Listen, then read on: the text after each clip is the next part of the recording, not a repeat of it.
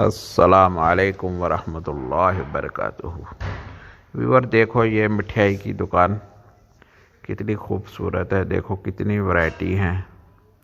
ये बहावलपुर में दुकान है मिठाई की। तो ये देखो कितनी खूबसूरत नज़र आ रही है।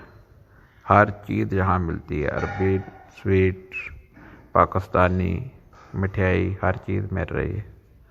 देखो कितनी खूबसूरत है। पेस्ट्रियाँ हैं, केक है, रस वगैरह है। मिठाई हर किस्म की है। अरबी मिठाई भी है जो अरब मुल्क का जो दुबई में है, वही मिठाई इधर मिल रही है। थोड़ा टेस्ट में फ़र्क है। वो पिस्ता वगैरह अंदर डालते हैं, ये मूंगफली डाल रहे हैं। बस यही फ़र्क आ रहा है, यानी बादाम वगैरह कम डालते हैं, ये वहाँ थोड़ा ज़्यादा डालते हैं। जैसे पिस्ता डालते हैं इसके अंदर अरबी स्वीट में, और ये इसके अंदर मूंगफली डाल रहे हैं। ये बहुत फ़र्क है। बाकी तो टेस्ट तकरीबन एक जैसा ही है।